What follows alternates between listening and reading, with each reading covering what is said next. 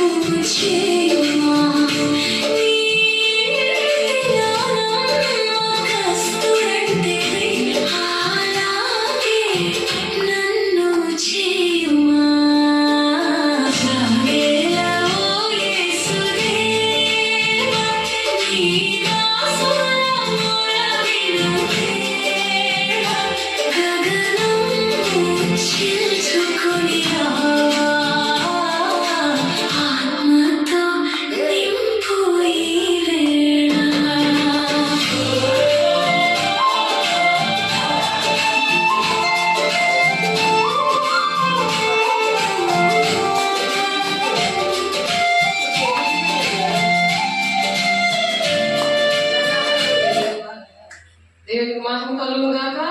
ఆమేన్. అపోస్తల కార్యము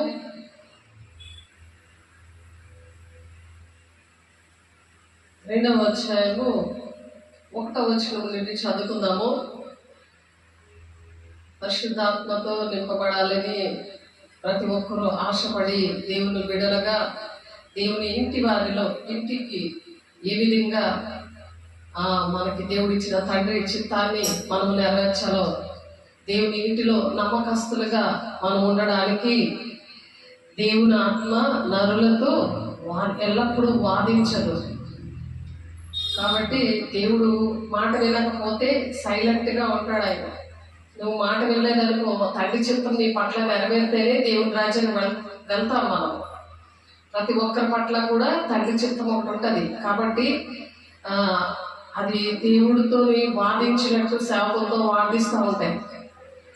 కాబట్టి తండ్రి చిత్తం ఏంటో మీకు చెప్పినప్పుడు అది రాసుకోవాలి, దాని ప్రకారం నడుచుకొని వెళ్ళాలి.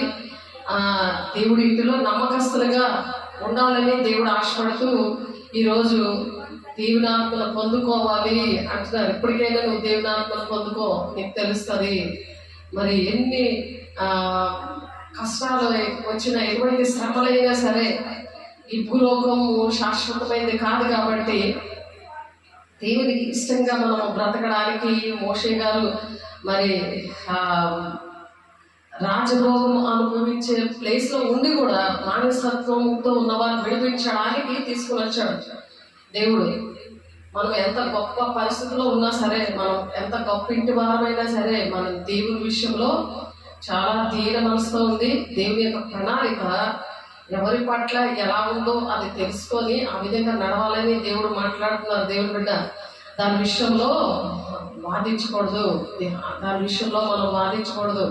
దేవుడు చెప్పాడంటే అది మనం వినాలి. సేవకులు చెప్పారంటే అది వినాలి. ఎందుకంటే దేవుడు మాట్లాడే దేవుడు. ఇవన్నీ అర్థం అవ్వాలంటే పెంతెకొస్తు పండగ రోజున మరి అంతవరకు శిష్యులకి ఏమీ తెలియదు. తిరగడం, ఏసేపుతో తిరగడం, అన్ని చూడడం అలాంటి పరిస్థితుల్లోనే ఉండేవారు. అందుకే పేతురు 3 సార్లు మొంకేస్తాడు. నేను ప్రేమిస్తున్నావా అంటే అవును ప్రభా నేను ప్రేమిస్తున్నాను అంటాడు. అలా 3 సార్లు అంటాడు. అవును ప్రభా నేను ప్రేమిస్తున్నానయ్యా. 3వసారి అంటాడు అది నీకే తెలియదయ్యా నేను ఎలా ప్రేమిస్తున్నాను అంటాడు. ఎంత ప్రేమ ఉన్నా దేవుడి మీద సేవకుల మీద ఉన్నా అది వ్యర్థమే. కానీ పెంతెకొస్తు పండుగ రోజున దేవునామం పొందుకున్నప్పుడు అప్పుడు వాళ్ళు దేవుడితో వాదించరు, సేవకులతో వాదించరు. వాళ్ళకి అర్థమయ్యింది. వాళ్ళు భూమిని తలకిందులు చేశారు, తండ్రి చిత్తాన్ని వాళ్ళు నెరవేర్చారు. ఈనాడు ఇప్పుడు యెరూషలేము మందిరానికి 12 గోత్రాలు ఆ గుమ్మములాగా శిష్యులు అలా ఉన్నారు. 12 మంది కూడా అపోస్తులు కూడా ఈ గోత్రములు 12 గోత్రముల వాళ్ళు మరి ఏంటంటే దేవునికి ఇష్టంగా బ్రతికి దేవుని రాజ్యంలో ఉన్నతమైన స్థితిలో ఉన్నారు. ఇహలోకంలో ఎలా ఉన్నామో అది మనుషులకు తెలుస్తుంది. కానీ మనం చనిపోయిన తర్వాత యుగాలు ఉండేది దేవుని రాజ్యం. దానికోసమే పైనుండి వాటి కోసమే వెతకండి అని మనం నేర్చుకున్నాం. కాబట్టి ఇవన్నిటికీ కూడా బేస్మెంట్ ఏంటంటే పెంతెకొస్తు పండుగ దినం వచ్చినప్పుడు అందరూ ఒక చోట కూడి ఉన్నారు అక్కడ. అప్పుడు వేగంగా వీచి బలమైన గాలి వంటి ఒక ధ్వని ఆకాశం నుండి అకస్మాత్తుగా వాళ్ళు కూర్చుండ ఇల్లంతా కూడా నిండింది. ఇంటిలో కూడా దేవుని ఆత్మను పొందుకోవాలి. ఇంటిలో కూడా ఇంట్లో వాళ్ళందరూ మాట వినాలన్నా, ఒకవేళ మాట వినకపోయినా సరే నీ దేవుడు నీలో ఉండి ఒక అధిపతిగా ఆయన ఏలుబడి చేస్తాడు. దేని విషయంలో నువ్వు రాజీ పడకుండా నీ ఇంటిని నీ బిడ్డల్ని కట్టుకుంటావు అన్నమాట. నీ ఉద్యోగాన్ని అన్ని కూడా ఒక సంరక్షణ అనేది దేవుని కంచె ఉంచేది. ఏంటంటే ఆనాడు అకస్మాత్తుగా వాళ్ళు కూర్చున్న ఇల్లంతా కూడా నిండింది. అలాగా మన ఇల్లు అలాగా పరిశుద్ధంగా ఉండాలి. దేవదూతలు కూడా మనతో ఉంటారు, పరిచారకులుగా ఉంటారు.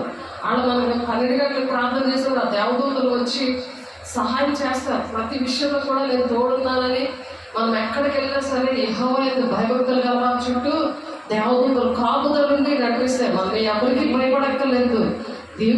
వాళ్ళు దేవునితో వాదించినప్పుడు సాతాను పట్టిన వాళ్ళే వాదిస్తూ ఉంటారు, తిరుగుబాటు చేస్తూ ఉంటారు. తిరుగుబాటు చేసే ఇశ్రాయేలు ప్రజలు వరకు కూడా ఈ యుద్ధాలు దేవుడిని మరి అంత్యక్రీస్తు వచ్చే వరకు కూడా వాళ్ళు నమ్మలేని పరిస్థితి వాళ్ళకి ఎందుకు వచ్చింది?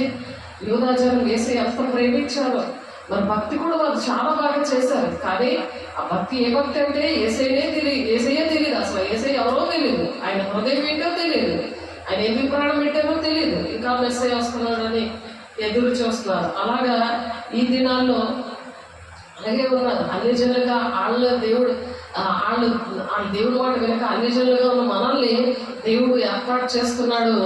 కాబట్టి ఇది కృపకాలము, సంఘకాలంలో దేవుడు క్షమించడానికి, ప్రేమించడానికి ఇంకా దేవుడు ద్వారాలు తెరిచి వచ్చాడు. దేవుని బిడ్డ ఎక్కడున్నా సరే దేవుని ఆత్మ పొందుకో, యెహోవాతో దేవునితో నువ్వు వాదించద్దు, అంటే సేవకులతో నువ్వు వాదించుకో, దేవుడితో వాదించుకో, దేవుడితో పెట్టుకుని దేవుడితో నేను అడుగుకుంటాను అని చెప్పి తిరుగుబాటు చేయకు. దేవుని బిడ్డ నీవు దేవునితో నువ్వు ఉండాలి అని అంటే, దేవుని ఆజ్ఞలు పాటించాలంటే బేస్మెంట్ పునాది ఏంటంటే ఈ పరిశుద్ధాత్మను పొందుకోవాలి. అంతవరకు శిష్యులకు కూడా తెలియలేదు, ఆ జ్ఞానం రాలేదు. ఎటువంటి శ్రమైన, ఖడ్గమైన, హింసైన, ఉపద్రవమైన ఆయన ప్రేమను ఏడుబారును అని అంటాడు పౌలు. ఎందుకంటే దేవుని శక్తి పొందుకున్నాకే ఆ దమస్కు మార్గంలో సౌలు పౌలుగా మారాడు. అలాగే అందుకే నేను బాప్తిసం తీసుకున్నాక పరిశుద్ధాత్మ పొందుకోవాలి, పొందుకున్నాక పేర్లు కూడా మార్చుకోవాలి. ఇక మీద నువ్వు యాకోబు కాదు ఇశ్రాయేలువి అని చెప్పాడు. అందుకే రాత్రంతా పెరుగులాడాడు యాకోబు. కాబట్టి యాకోబు ఆ పితరులు అయిన మన పితరులు అబ్రహాము, ఇస్సాకు, యాకోబుల దేవుడు మనతో ఉంటాడు. ఎప్పుడైతే మనం పరిశుద్ధాత్మ పొందుకుంటామో మనతో ఉంటాడు. అందుకనే దేవుని ఆత్మను అడగాలి. తోడు ఉండాలంటే నువ్వు దేవుని ఆత్మను అడగాలి. అప్పుడు దేవుడితో నువ్వు వాదించవు. దేవుని యొక్క ప్రణాళిక అర్థమవుతుంది. ఎటువంటి వారితో నిందలు వచ్చినా, అవమానాలు వచ్చినా, ఎటువంటి పరిస్థితి వచ్చినా దేవుని ప్రేమిస్తూనే ఉంటావు, ఆయన ఆజ్ఞలు కైకుంటావు, దేవుని రాకడికి ఎదురు చూస్తూ ఉంటావు. కాబట్టి అట్టి కృప దేవుడు మనకు అనుగ్రహించాడు. దేవునికి మహిమ కాక. ఆ పెంతెకొస్తు పండుగ దినమంట 50వ రోజు యేసు చనిపోయి తర్వాత అప్పటి నుండి 50వ రోజు అనమాట. ఆ 50వ రోజు నుంచి ఆ 50వ రోజున పెంతెకొస్తు పండుగ దినం వచ్చినప్పుడు అందరూ ఒక చోట కూడి ఉన్నప్పుడు వేగంగా వీచు బలమైన గాలి వంటి ఒక ధ్వని వచ్చి మేము మెసేజ్ చెప్తాం. బుక్లాబ్లో ఏంటి, ఇక్కడేంటి, మరి ఇంగ్లాండ్లో చాలా వేగంగా గాలి వస్తుంది. పాటలు పాడుతున్నప్పుడు, పరిశుద్ధాత్మ అందరూ పొందుకుంటున్నప్పుడు మరి బయటికి వెళ్ళకుండా వర్షం కూడా వచ్చేస్తుంటుంది. అలాగా పిల్లలు బయటికి వెళ్ళకుండా అలాగా దేవుడు దర్శనం, ప్రవచనం ఇవన్నిటితో దేవుడు వాడుకున్నారు అనుభవాలతో. అంతవరకు నేను బాప్టిస్ట్ సంఘం బ్యాక్గ్రౌండ్ అయినా సరే, ఆ పుట్టి పెరిగినా సరే దేవుడిని అడగాలి. దేవా నాకు భక్తి నేర్పించు, దేవా నాతో మాట్లాడు, నా పట్ల నీకు ఏ ప్రణాళిక ఉంది, తండ్రి చిత్తం నా పట్ల నెరవేరిస్తేనే యేసే వచ్చి నెరవేర్చడం ఎలాగో నేర్పించాడు, నాకు కూడా నేర్పించు, నేను యేసేని పోలి నడాలి. మరి పౌలుగా నడిచి క్రీస్తుని పోలి నేను నడిచాను, నన్ను పోలి మీరు నడవండి అని ఆయన ఎలాగైతే ఛాలెంజ్గా ఉన్నాడో నేను ఒక పౌలులా ఉండాలి, ఒక మరి మోషేలాగా ఉండాలి, లేకపోతే అబ్రహాం గారిలో నేను ఉండాలి, యాకోబులాగా నేను ఉండాలి అని ఆశపడాలి. అలాగ ఆశపడినప్పుడు మన పితరుల దేవుడు మన తోడే ఉండి నడిపిస్తాడు. మన మోషేను పిలిచి అద్భుతాలు చేయించిన దేవుడు మనతో కూడా అద్భుతాలు చేయించడానికి ఇష్టపడుతున్నాడు. అటువంటి చేస్తున్నాడు. దేవునికి మహిమ కలుగుగాక. అప్పుడు వేగంగా వీచు బలమైన గాలి అనమాట. ఈ పరిశుద్ధాత్మ దేవుడే చేస్తాడు. ఇవన్నీ కూడా దేవుని బిడ్డల 26 సంవత్సరాల నుంచి అనుభవంతో దేవుడు మాట్లాడుతున్నారు. ఇక్కడ మనం సాక్షిగా ఉండాలి. పరిశుద్ధాత్మ దేవుడు మీ మీదకి వచ్చినప్పుడు మీరు శక్తివంతులు అవుతారు.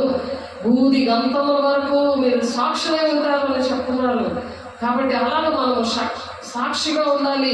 అపోస్తలుల 1:8 ప్రకారం దేవా నీ సాక్షిగా నేను జీవిస్తాను, అయినా నేను బ్రతికితే నీ సాక్షిగానే నేను జీవిస్తాను. నువ్వు నా జీవితంలో ఎన్ని అద్భుత కార్యాలు చేసావా అన్నది దేవుని ఆత్మ నీలో ఉండి నువ్వు సాక్ష్యం చెప్పకుండా ఉండలేవు.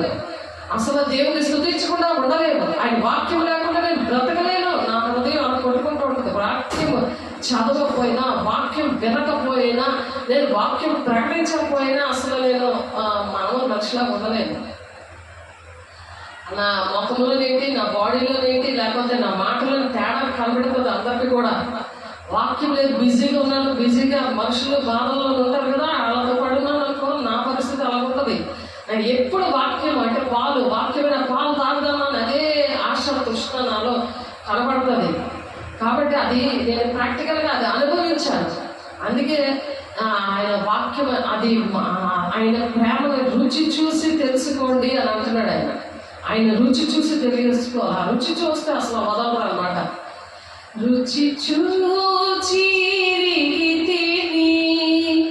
యెహోవా ఉత్తముడనియు, దేవుడు ఉత్తముడని మనం రుచి చూసి తెలిసినప్పుడు యెహోవా ఆత్మ వాదించదు. దేవుడికి మానవులు కాక చాలా మంది వాక్యం తెలియక దేవుడిని రుచి చూడక వాదిస్తూ ఉంటారు. దేవుడు ఎందుకు నాకు ఇలా చేశాడు, నా జీవితం ఇలాగ ఎందుకు కలుగుతుంది, దేవుడు శ్రమలు కూడా నేను తీసుకెళ్తాడు, అందులో కొన్ని పాఠాలు ఉంటాయి, ఆ పాఠాలను నేర్చుకుంటే ఇంకొకటి నేను అటువంటి ఫ్యామిలీని రక్షించాలని నీకు ఒక ప్రాక్టికల్ చేసినాడు. మరి నువ్వు ఉద్యోగంలో చేరాలంటే నీకు ప్రాక్టికల్స్ ఉంటాయి కదా, డాక్టర్ అవ్వాలంటే నీకు ఆపరేషన్లు అన్నీ చెయ్యాలి, ప్రాక్టికల్స్ అన్నీ చేయాలి కదా. ప్రాక్టికల్ మార్క్స్ థియరీ మార్క్స్ పడితేనే కదా పాస్ అయినట్టు, ఫస్ట్ ర్యాంక్ రావాలి. అది కూడా అలాగే ఇంజనీర్స్కి అలాగే ఏ మినిస్ట్రీలోనైనా సరే, ఏది చదివినా సరే, ఏది మనకి ఇష్టమైతే మనం చేసినా సరే అందులో కొన్ని పరీక్షలు ఉంటాయి. అలాగే మన జీవితంలో ఇటువంటి శ్రమలు వచ్చినప్పుడు పరిశుద్ధాత్మ దేవుడు మనల్ని ఆదరిస్తారు, కన్నీరు తుడుస్తారు, సహాయకంగా నిలబడతారు, సాక్షిగా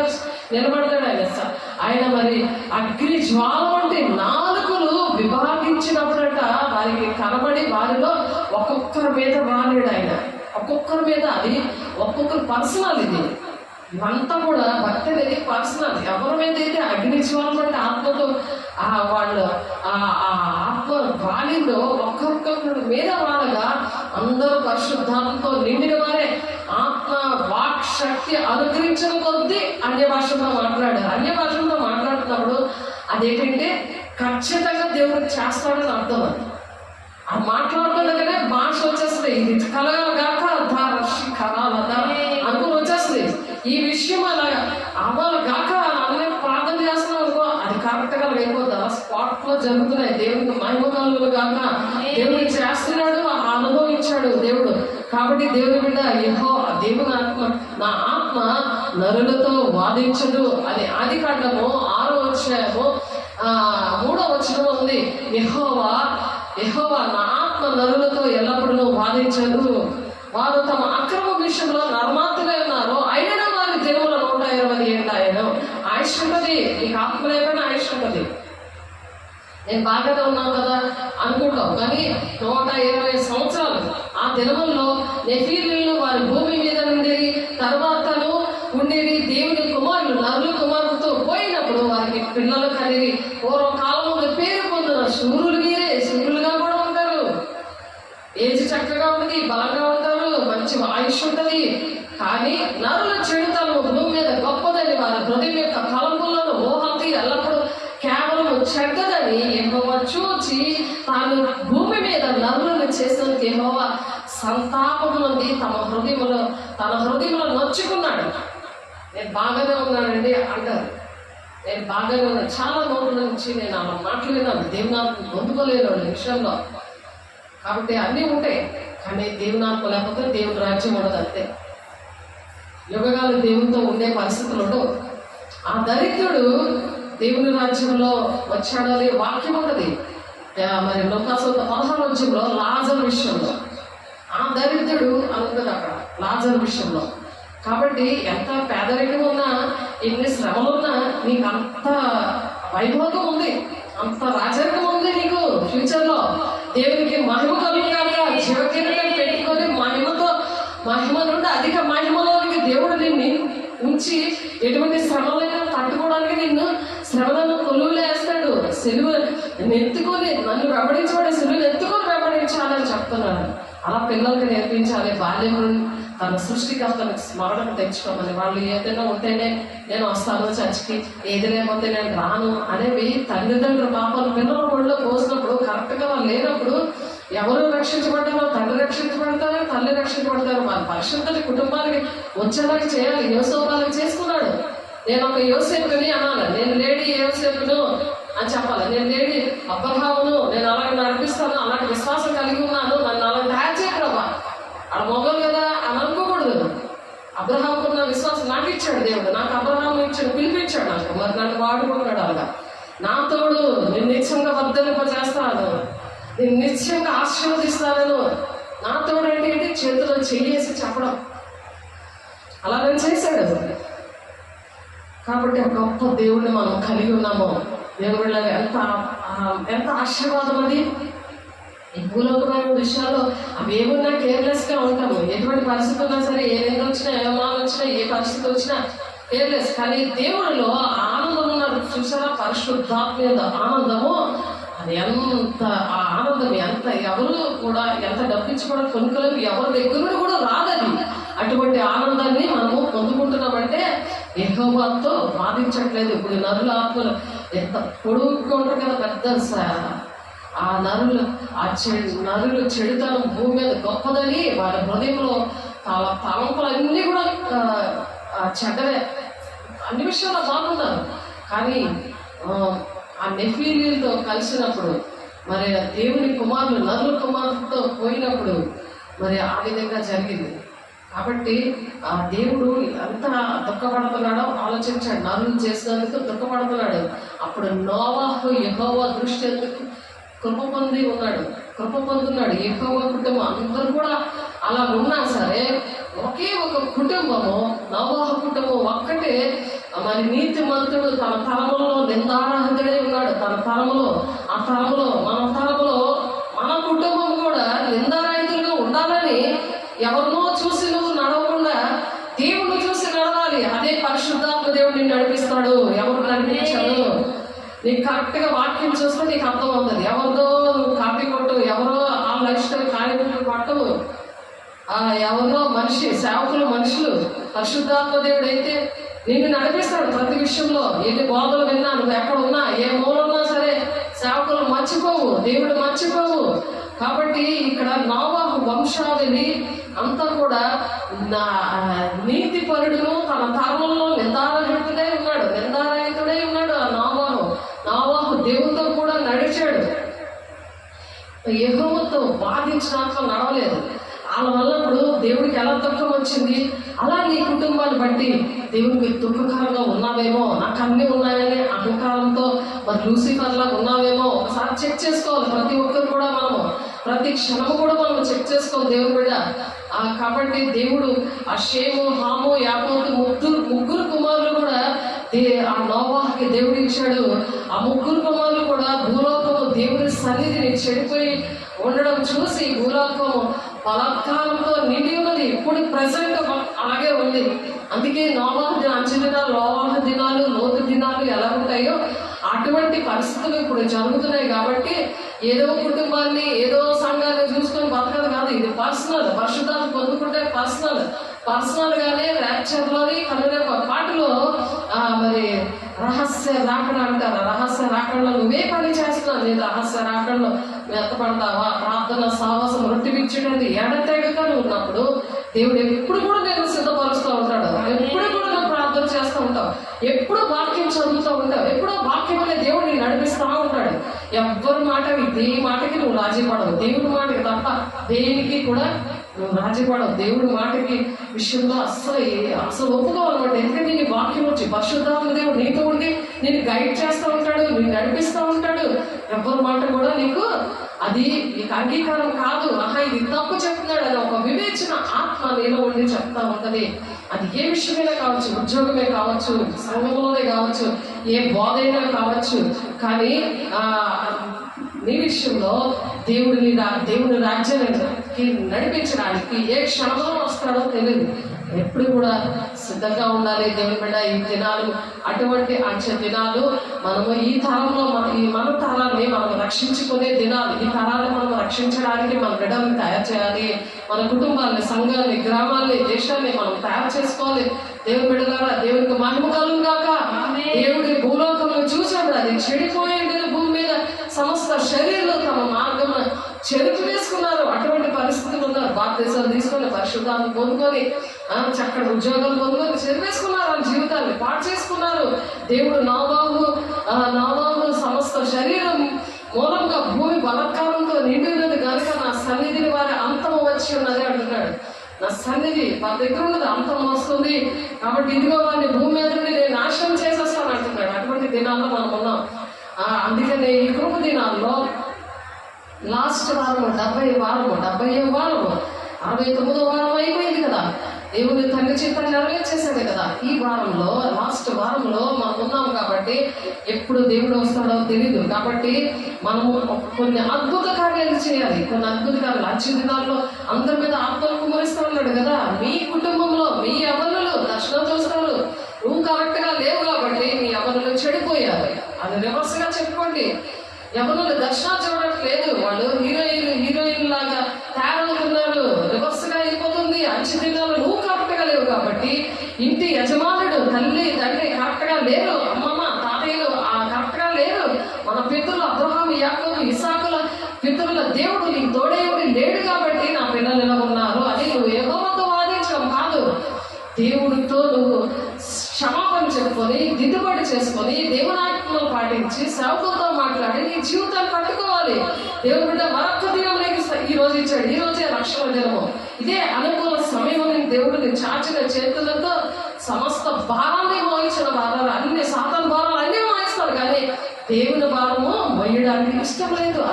అది చాలా తేలికైనది, అది సులువైనది. దేవుని భారము, దేవుని హృదయంలో ఉన్న వేదన ఏంటో తెలుసా? నీ కుటుంబాన్ని నువ్వు రక్షించుకోవాలంటే ముందు ఎదుటి వాళ్ళని ప్రేమించాలి. ఎదుటి కుటుంబాన్ని నువ్వు రక్షించాలి. నీ ఇంట్లో వాళ్ళని, పక్కింటో లేదు, నీ ఉద్యోగంలో వాళ్ళని రక్షించినప్పుడు దాన్నే మొదటి నీతిని రాజ్యాలు వెతకండి. నీ పరలోకం తెలుసు, నీ భర్త మాట వినడని, నీ పిల్లల మాట వినడని, వాళ్ళు చెడు వ్యసనాల్లో ఉంటారని, వాళ్ళని నీకు గౌరవం ఇవ్వరని, నీ డబ్బులు అన్ని కూడా చూసుకొని అన్నిని ప్రేమిస్తారు, తర్వాత హాయ్ బాయ్ అని చెప్తారని నీకు తెలుసు. కానీ అవన్నీ కూడా రివర్స్ అయిపోతాయి. అందరూ ప్రేమించేవారుగా తండ్రి చిత్తాన్ని నెరవేర్చాడు. యేసే విషయంలో సేమ్ అలాగే జరిగింది. నా విషయంలో కూడా అలాగే జరిగింది. కాబట్టి భక్తుల విషయంలో కూడా అలాగే జరిగింది. మోషే గారి విషయంలో అలాగే జరిగింది. కాబట్టి యాకోబు విషయంలో అలాగే జరిగింది. దేవునితో పెనుగులాడాడు యాకోబు. అలాగే మనం పెనుగులాడాడు. పరిశుద్ధాత్మ దేవుడు వస్తేనే పెనుగులాడతారు, సరి చేసుకుంటారు, తీర్మానాలు చేసుకుంటారు. కాబట్టి అందరూ పరిశుద్ధాత్మతో నిండిన వారే ఆత్మ వారికి వాక్శక్తి అనుగ్రహించిన కొద్దీ అన్య భాషలు మాట్లాడారు. అక్కడ అనేకమైన భాషలు ఉన్న వాళ్ళు అనేకమైన ఊరుల్లో నుండి వచ్చినప్పుడు 500 మందిని దేవుడు ఇన్వైట్ చేస్తే మేడగదికి 120 మందే వచ్చారు. అది 10 రోజుల ఉపవాసం ఉంది. అప్పుడు వచ్చే ఆ భాష వీళ్ళు మాట్లాడారు. అలాగా భాషలతో మాట్లాడడం అంటే అన్య భాషలతో వాక్శక్తి అంటే నువ్వు ఏదంటే అది జరుగుతుంది. నీకు దేవుడు తోడై ఉండడం అంటే పరిశుద్ధాత్మ దేవుడు నీతో ఉండి నడిపిస్తాడు. అది వాక్య స్వరూపే నడిపిస్తాడు. డైరెక్ట్ గా నీ వాక్యం చదవడం వినడం ద్వారా నీకు గుర్తుంటుంది. దేవుని ఉన్నాడు, నాకు చాలు, నాకు ఆయన చేసి మాట్లాడు అంటే నీకు ఒక విశ్వాసం, గట్టి విశ్వాసం, నిరీక్షణ, నీలో ఆనందము అన్నీ కూడా వస్తాయి. దేవునికి మహిమ కలుగు గాక. ఆ కాలం ఆకాశం క్రింద ప్రతి జన్మలో నుండి వచ్చిన భక్తి గల యూదులు యెరూషలేములో అక్కడ కాపురం ఉన్నారన్నమాట. ఈ శబ్దం కలగగా జనులు గుంపులుగా కూడి వచ్చి ప్రతి మనుషుడు తన స్వభాషను వారు మాట్లాడితే విని కలవరపడి అంతటా అందరూ విభ్రాంతి పొంది ఆశ్చర్యపడి, ఇదిగో మాట్లాడించిన మీరు అందరూ గల్లీరు కారా అంటే మీ ఊరి పేరు చెప్పండి. ఈ ఊర్లో ఉండి తెలుగు భాష మాట్లాడకుండా అదేదో అరబ్బీ భాష మరి ఏమో భాషలో మరి మాట్లాడుతూ ఉంటే అక్కడ ఊరిలో ఉన్న భాషలు ఇక్కడ మన తెలుగు మాట్లాడేస్తూ ఉంటే మరి ఒరియా భాషలు, హిందీ భాషలు అన్ని కూడా మాట్లాడుతుంటే మరి ఆశ్చర్యం వేస్తారు కదా. అలా ఆశ్చర్యం వేసింది. అంటే దేవుని యొక్క శక్తి ఏంటంటే అన్ని గ్రహిస్తుంది. అందరికీ కూడా సువార్త చెప్పగలదు. ఏ భాషలో ఉన్న వాళ్ళకైనా సువార్త చెప్పగలదు. అందుకు దేవుడు ఆ జ్ఞానం ఇస్తాడు. వాళ్ళ అలవాట్లేంటి, వాళ్ళ మైండ్ సెట్ ఎలా ఉంటుంది, వాళ్ళ అంతరంగంలో ఏ పరిస్థితిలో ఉన్నారు, వాళ్ళకి ఎక్కడ చీకట్లు పడ్డాయి, ఏ పరిస్థితిలో వాళ్ళు ఉన్నారు, ఎలాగ అబద్ధాలు ఆడుతున్నారు, అన్ని కూడా నీ మైండ్ సెట్ గ్రహిస్తుంది. ఆ పరిశుద్ధాత్మ దేవుడు గ్రహించి నీ మీద దృష్టి నుంచి ఆలోచన చెప్తాడు. నువ్వు నడవలసిందో బోధిస్తాడు. వాడు నేను అబద్ధం చేస్తాడు. ఆ అబద్ధ బోధ నీకు తెలుస్తుంది. దేవుని యొక్క ప్రణాళిక తెలుస్తుంది. తండ్రి చిత్తం ఏంటో నీకు తెలుస్తుంది. కాబట్టి ఈ వాక్ శక్తి అనుగ్రహించినప్పుడు దేవుడు అన్య భాషలు ఇచ్చిన దేవుడు, అటువంటి జ్ఞానం ఇచ్చిన దేవుడు దానికి అర్థాలు చెప్పే వారిని ఇస్తాడు. నీకు అనగర్థం చదువు రాని వాళ్ళకి చదువు వస్తుంది. అసలు అక్షరంగా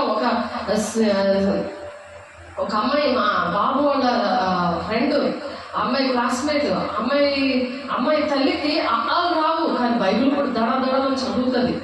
ఎంత చక్కగా చదువుతుందో దేవుని శక్తి అనమాట, దేవుని అభిషేకము. చదువు ఆనరావు కానీ బైబిల్ కరెక్ట్గా చక్కగా చదువుతుంది. దేవునికి మహిమ కలుగును గాక. కాబట్టి అంతటా అందరూ విభ్రాంతులు ఉండి ఆశ్చర్యపడ్డారు ఈ విషయంలో. ఇదిగో మాటలాడుచున్న వీరందరూ గలిలీయులు కారా అంటున్నారు. నువ్వు కూడా అలాగే అంటావు, వీడికి ఎప్పుడు వచ్చింది ఇంగ్లీషు, వీడు ఎంత చక్కగా ఇంగ్లీష్ చదువుతున్నాడు ఏంటి, వీడికి అన్నింటిలో 0 మార్కులు వచ్చి వీడికి ఎంత ఫస్ట్ ర్యాంక్ వచ్చిందేంటి. ఇక్కడ సూర్య శేఖర్ ఉన్నారు, వాళ్ళకి 65, 70 అలా మార్కులు వచ్చి. అలాగే ఏబిసి అసలు అంటే అక్షరముఖ రాదు. వాళ్ళకి బాప్తిస్మం ఇచ్చినప్పుడు దేవుడు మరి మంచి స్కూల్లో జాయిన్ చేసినప్పుడు, హాస్టల్లో జాయిన్ చేసినప్పుడు వాళ్ళకి దేవుడు మంచి మార్క్స్ ఇచ్చాడు. గవర్నమెంట్ స్కూల్లో చదివినా సరే దేవుడు నాకు ఏం చేస్తుంది, దేవుడు సేవకుల దగ్గర పెరిగిన వాళ్ళు మరి అటువంటి తల్లి దగ్గర పెరిగినప్పుడు దేవుడు వాళ్ళ అభిషేకంలో ఒక పాటలు ఇస్తారు. నీకే అభిషేకం లేదు, నీ పిల్లలకి ఎలా పాటలు వస్తాయి ఆలోచించు. ఆ వాక్యం ఉంది కదా, దూరస్తులకి సమీపంగా ఉన్న వారికి పరిశుద్ధాత్మని పొందుకున్నప్పుడు వాళ్ళకి అటువంటి పరిస్థితులు వస్తాయి. అపోస్తల కార్యంలో ఉన్న వాటిని చదువుతున్నారు, వినండి, రాసుకోండి, ఆ వాక్యం పట్టుకొని ప్రార్థన చేయండి, దేవునికి మహిమ కలుగును గాక. అపోస్తల కార్యము 2వ అధ్యాయము 38వ వచనం చూడండి.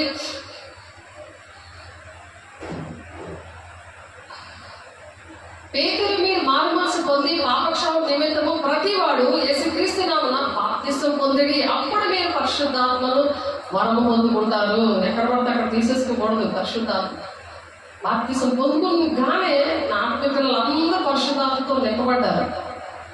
అది వెంటనే ప్రార్థన సహవాసం రొట్టికిచ్చాడు. ఎడతెక్కడమని అపోస్తలులు 2:42 ప్రకారం ఇప్పటికీ మేము తీసుకుంటున్నాం. అలా తీసుకోబట్టే దేవుడు ఈ జ్ఞానము ఈ అభిషేకం నాకు ఇచ్చారు, నా పిల్లలకి, నా ఆత్మీయ పిల్లలకి ఇచ్చారు. ఎవరైతే సహవాసంలో ఉన్నారో వాళ్ళకి ఇస్తారు. నువ్వు ఎక్కడెక్కడో ఉండి నువ్వు సహవాసంలో లేవనుకో, ఎత్తబడే సంఘంలో ఉండలేవు. కనురెప్పు పాటలో ఎత్తబడినప్పుడు నువ్వు వాళ్ళతో కాంటాక్ట్లో లేవనుకో, నీకు ఆ సంబంధం తెగిపోతూ ఉంటుంది. అది తెగిపోయిందో ఉందో నువ్వు చెక్ చేసుకోవాలి, వాళ్ళతో మాట్లాడాలి, దేవుని ఆజ్ఞను పాటించాలి. ఈ వాగ్దానం మీకును మీ పిల్లలకును దూరస్తులందరికీ అనగా ప్రభువైన మన దేవుడు తన యొద్దకు పిలిచిన వారందరికీ చెందినని వాళ్ళతో చెప్పను. వీళ్ళు హాస్టల్లో ఉండి సెలవులకు వచ్చారు, కానీ వాళ్ళ అభిషేకం కలుగుందంటే నాకు ఆశ్చర్యం వేసింది. సూర్యానికి నేను 4 గంటలకి నేను లెగిచాను. 4 గంటలు లెగిస్తే దేవుడు ఆ కుర్రాడు విషయంలో అనుకున్నాడు. వాడు చేయి పట్టుకుని అనేసి నేను ఇలా లేఖను అనమాట. లేపేసరికి వాడికి కళ వచ్చింది. ఏసీ చేయి పట్టుకొని ఇలా లేపినట్టు ఇలా ఆట గాలిలో కిలిపోయిందన్నట్టు ఇలా లేచాడు ఆ కుర్రాడు. వెంటనే వాష్రూమ్కి వెళ్ళి అని చెప్పాను నేను, రేపు చేసుకో అని చెప్తే వాడు ఏంటంటే అసలు మామూలుగా మాట వినడం, లేకపోతే వాళ్ళ అమ్మ మాట వినడం, చాలా త్వరగా పడుకున్నాడు. మళ్ళీ వాడు చెప్తున్నాడు, ఉదయం వాడు చెప్తున్నాడు, తర్వాత చెప్తున్నాడు, మీరు పాస్టర్ గారు చేయి పట్టుకుంది మీరు కాదు, ఏసై పట్టుకున్నారు, తర్వాత తెలిసింది మీరు పట్టుకున్నారని.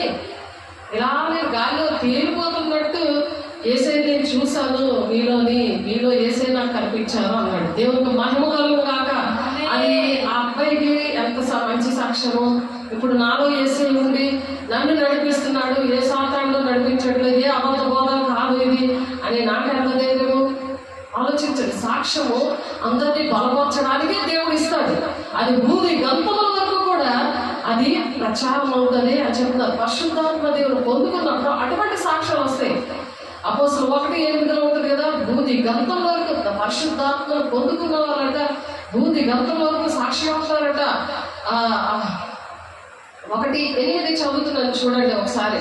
అపోస్తలులు 1:8 అయినా పరిశుద్ధాత్మ మీ మీదకి వచ్చినప్పుడు మీరు శక్తి నొందుతారు కనుక మీరు యెరూషలేములోను యూదయ సమరయ దేశంలో అంతటను భూమి గంతముల వరకు నాకు సాక్షులైందురు. మనం దేవునికి సాక్షులుగా ఉందాము. ఎవరికి సాక్షిగా ఉంటున్నారు? దేవునికి మనం సాక్షిగా ఉండాలి. దేవునికి మహిమ కలుగుతారు. అది సంతోషమైన విషయం కదా. ప్రతి జనము ఏదో ఒక సాక్ష్యం దేవుడు ఇస్తున్నాడు. అలాగే ఆ సాక్ష్యం మనం బలపరుస్తుంది. సాక్ష్యం ఎందుకు ఇస్తాడంటే అనేక మందికి దేవుడు అంటే తెలీదు. యెహోవా దేవుడితో వాదిస్తారు. నా ఆత్మ నరులతో ఎల్లప్పుడూ వాదించదు. దేవుడు ఏం చేశాడని ఎంత చేసిన ఇశ్రాయేలు ప్రజలు అలాగే వాదించుకొని ఉన్నారు, అలాగే సొంతుకొని ఉన్నారు. ఎలాంటి బానిసత్వం నుండి దేవుడు విడిపించారో, నేను కూడా పాపం నుండి, శాపం నుండి, మన అలవాట్ల నుండి దేవుడు నేను విడిపించి ఒక మంచి స్థితిలో పెట్టినప్పుడు దేవునితో ఆ విధంగా ఉండకూడదు, అవన్నీ సరి చేసుకోవాలి. దేవుని బిడ్డ, దేవుని ఇంటిలో నమ్మకస్తులుగా మనం ఉండాలి. దేవుని ఇల్లుది, మన ఇల్లు కాదు ఇది. ఈ భూలోకంలో మనము దేహము దేవుని ఆలయమే ఉన్నది. పరిశుద్ధాత్మని పొందుకున్న వాళ్ళు దేహం ఎలా ఉన్నది? అది ఆలయం లాగా ఉంటుంది. ఆ సన్నిధి మనం మోసుకొని వెళ్ళాలి. ఆ సన్నిధిలో మోసుకెళ్ళినప్పుడు దేవుని మాటలు ప్రకటిస్తున్నప్పుడు అద్భుత కార్యాలు చేస్తానన్నాడు. మార్కు 16:20లో ఇక్కడ అద్భుతములు చేసే శక్తి మాకు ఇచ్చావు అని చెప్పాడు. మోషని పిలిచి ఏం చేశాడు? అద్భుతములు చేసిన శక్తిని ఇచ్చాడు.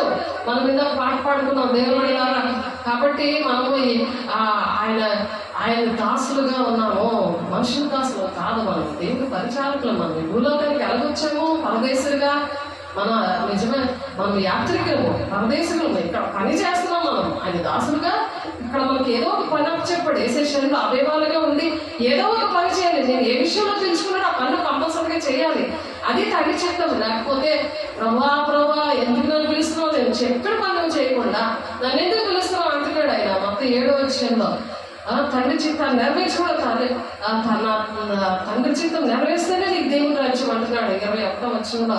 కాబట్టి దేవుని రాజ్యం సమీపించింది దేవుని బిడ్డలారా. కాబట్టి అక్కడ భాషలతో మాట్లాడుతూ మనలో ప్రతివాడు తాను పుట్టిన దేశపు భాషతో మీరు మాట్లాడటం మనం వినిచున్నామే. ఇదేంటి? ప్రతి వాడు కూడా తాను పుట్టిన దేశపు భాష మాట్లాడుతున్నాడు. కాబట్టి పార్తీయులు, మాదీయులు, ఎలామీయులు, మెసొపొతేమియా, యోదయ, కప్పదొకియా, పొంతు, ఆసియా, భృంగియా, మొంగోలియా, ఐగుప్తు అను దేశంలో వారు కురేనీ దగ్గర లిబియా ప్రాంతంలో కాపురం ఉన్నవారు, రోమా నుండి ప్రవాసులుగా వచ్చిన వారు, యూదులు, యోధా మత ప్రవిష్టులు, క్రేతీయులు, అరబీయులు మొదలైన అందరూ మీరు మన భాషతో దేవుని గొప్ప కార్యములను వివరిస్తున్నారట. వివరించగా వినుచున్నామని కార్యాలు వివరిస్తున్నారు. భాషతో మాట్లాడమే కాదు, దేవుని యొక్క కార్యాలు మనం వివరించాలి. అది ఆ టైం ఇప్పుడే, ఈ కృప దినాల్లోనే. అందుకే రాకడ ఆలస్యం అవుతుంది. సువార్తలది, ఈ శుభమైన వార్తలు అన్నీ కూడా ప్రతి ఒక్కరికి సెల్ ఫోన్ ఉంది కదా, సెల్ ఫోన్ ద్వారా స్పీడ్గా వెళ్ళిపోతుంది. నువ్వు ఏంటి అది చూస్తున్నావు, ఏది సెండ్ చేస్తున్నావు, మరి అది నువ్వు గమనించుకో. ఏ వార్త నువ్వు ప్రకటిస్తున్నావు? దేవుడు ఈ వార్త ప్రకటించమన్నాడు. ఈ వార్తను ఎప్పుడు ప్రకటిస్తున్నావంటే వీళ్ళు దేవుని గొప్ప కార్యములు వివరిస్తున్నారంట. వినిచున్నామని చెప్తున్నారు. వినిచున్నామని చెప్తున్నారు. అందరూ విశ్రాంతి ఉంది. ఏటో తోచగా ఇదేమోనో అని ఒకరితో ఒకడు చెప్తున్నారు. ఇదేంటో ఆశ్చర్యంగా ఉంది. లేటి భాష పాటలు వివరిస్తున్నారు. ఇదేంటో అనేసి విభ్రాంతులు ఉంటున్నారంట. అద్భుత కార్యం కదా అది. కొందరైతే వీరు కొత్త మధ్యంతో నిండి ఉన్నారు అని అపహాసం చేస్తున్నాడు. అంటే దేవుని శక్తి అది అవిశ్వాసులకి వెర్రితనంగా ఉంటుందని కదా. అలా వెర్రితనంగా ఉంటుంది. మనం ప్రకటించినప్పుడు, మన భాషలతో మాట్లాడుతున్నప్పుడు అది ఆ అనుభవం లేదు కాబట్టి వాళ్ళకి ఎలా ఉంటుంది? వేరుతనంగా ఉంటుంది. నువ్వు బాధపడతావా? ఏ నిందైనా వస్తే, ఏ నిందైనా అవమానమైనా వస్తే నువ్వు బాధపడతావా? దాసు దేవుని యొక్క పని చేస్తున్నప్పుడు, దేవుణ్ణి ప్రేమిస్తున్నప్పుడు, ఆయన మన కోసం ప్రాణం పెట్టినప్పుడు, ఆయన ప్రాణప్రియుడిగా ఉండి మనకి తోడై ఉన్నప్పుడు ఎటువంటి నింద కూడా మనం భరిస్తాం. అది రెండింతల ఆశీర్వాదం ఉంది. మొత్తం 5వ అధ్యాయంలో నా నిమిత్తం మేము జనులు మిమ్మల్ని నిందించి, హింసించి, చెడ్డ మాటలైన పలికినప్పుడు మీరు ధన్యులు, సంతోషించి ఆనందించండి. పరలోకమందు మీ ఫలము అధికమందును అన్నది ఎంత చక్కగా. అది ఒక అమ్మాయికి, కాంతికి ఇక్కడ చక్కగా దర్శనం ద్వారా చూపించారు దేవుడు. ఆ మూడు రోజులు కొండ మీద ప్రసంగము. ఆ ప్రసంగంలోనే ఈ వాక్యం ఉంటుంది. కాబట్టి ఆ ధన్యతలన్నీ అక్కడ ఉంటుంది. కాబట్టి అలాగే మనం నడవాలని దేవుని ఆత్మను పొందుకున్న వాళ్ళు ఆ విధంగా నడుస్తారు. దేవుని బిడ్డలారా, మరి మనము అలా ఉండాలని దేవుడు ఇష్టపడుతున్నాడు. దేవుడు అందరినీ కూడా అట్టి విధంగా దీవించును గాక. దేవుడు మహిమ కలుగును గాక. దేవుని మాట మనం దేవుడి మాట వినడానికి దేవుడు మరి ఆ వివేకము అనుగ్రహించినప్పుడు, దేవుడికి ఇష్టంగా మనము ఆ విధంగా బ్రతికినప్పుడు దేవుడు ఏం చేస్తారంటే దేవుని కుమారులుగా మనల్ని ఎంచుకుంటాడు. మరి దేవుని కుమారుడిగా మనం ఉండాలి. ఆదాముని దేవుని కుమారుడిగా ఎంచుకున్నాడు, కానీ మరి దేవునికి అవిధేయతగా ఉన్నాడు. మరి యేసయ్య వచ్చి కడపడి ఆదాము వచ్చి తన ప్రాణాలు పెట్టినప్పుడు దేవునికి ఇష్టంగా ఆయన తండ్రి చిత్తాన్ని నెరవేర్చారు. అటు విధంగా మనం కూడా నెరవేర్చాలని దేవుడు ఆశపడుతున్నాడు. కాబట్టి సత్యవంతులైన వారిని ఎరగవాలని దేవుని కుమారుడు వచ్చి మనకు వివేకము అనుగ్రహించాడు. 1 యోహాను 5:18-19 ఉంది. ఆ వివేకము మనము జాగ్రత్తగా ఉండాలి. పాముల వల్ల వివేకం ఉండాలి, పావురాల వల్లే నిష్కపటంగా ఉండాలి. ఎక్కడ దేవుని మాటలు చెప్పాలి, పందుల మధ్య మనం ముత్యాలు జరగకూడదు. అవి తొక్కేసి శుభ్రంగా చీల్చి పాడేస్తాయి. పందికి ముత్యం అంటే ఇష్టమా? దేవుడి మనిషికి ఇష్టమా? దేవుడి మనిషికి ముత్యం అంటే చాలా ఇష్టం. ముత్యంతో ఒక యెరూషలేము మందిరం ద్వారబంధాలు అలాగ ఒక ముత్యంతోనే తయారు చేశారు యెరూషలేము మందిరాన్ని. ఒక్క ముత్యంతో. అది పందికి ఎలాగ నచ్చింది? మనిషి ముత్యంలాగా ఉంటాడు. ఆ ముత్యంలాగా దేవుడు మాటలు మరి ఆ పందులకి ఏంటి కావాలి? అపవిత్రమైనది కావాలి. అలాంటి పడేస్తే సంపరించుకొని తింటాయి. నిన్ను తిను. కానీ దేవుడి మాటలు అంటే అంత అసహ్యం అనమాట. కాబట్టి పందుల మధ్యన వెయ్యకు అంటున్నారు. వాళ్ళలో చీకట్లన్నీ వెళ్ళగొట్టి అప్పుడు నువ్వు ఆ ముత్యాలనే మాటలు నువ్వు చెప్పినప్పుడు వాళ్ళకి అర్థం అవుతాయి. అలా దెయ్యాలు ఉన్నప్పుడు సేనలే దెయ్యాలు, ఒక మనిషిలో ఎందుకు దెయ్యాలు ఉన్నాయి? 2000 దెయ్యాలు ఉన్నాయి.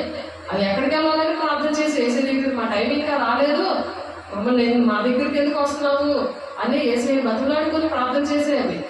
పందులకి అధికారం ఇస్తే ఆ పందుల్లో పోతే పందులన్నీ కలిసి సముద్రంలో వెళ్ళి చచ్చిపోయాయి. ఆ కాపరి పెట్టేస్తాడు, పందులు మేపేవాడు. మాకు ఎంత నష్టం కలిగించామని. ఎవడు బాధ ఆడిది, ఎవడు బిజినెస్ ఆడిది, అయ్యో ఈ మనిషి బాధపడ్డాడు అనుకోవట్లేదు. దెయ్యమాత్మ లక్షణాలు కాదు అది. దెయ్యమాత్మ వాడికి దెయ్యమాత్మ ఉన్నది. ఆ కాపరికి పందులు మేపుతున్నాడు కదా, వాడికి దెయ్యమాత్మ ఉంది. కాబట్టి పోతపోయింది మనిషి, పందులు పోతపోయి మనిషి బాగయ్యడానికి లేదు. ఎవరు బాగుపడే ఇష్టం ఉండదు. ఈ దినాలు అలాంటి దినాలు అన్నమాట. కాబట్టి అన్ని దెయ్యాలు పోయినందుకు మనం ఎంతో సంతోషం. పోతపోయిందిలే, కానీ ఈ మనిషిని దేవుడు బాగు చేశాడు. దేవుడు అంత గొప్ప దేవుడు. నాకు అటువంటి పనులు ఏంటిది? ఆ దేవుడి రాజ్యం ఇస్తాడని సంతోషపడాలి ఆ మనిషి, ఆ కాపరి. అంతేగాని పరిపాలన పందుల కోసం ఆలోచిస్తాడు. మనం భూ సంబంధమైన ఎదుగుతూ ఉంటాం, పరలోక సంబంధమైనది ఏమి ఎక్కక మరి దేవుని నాకు పొందుకోలేకపోతున్నాను.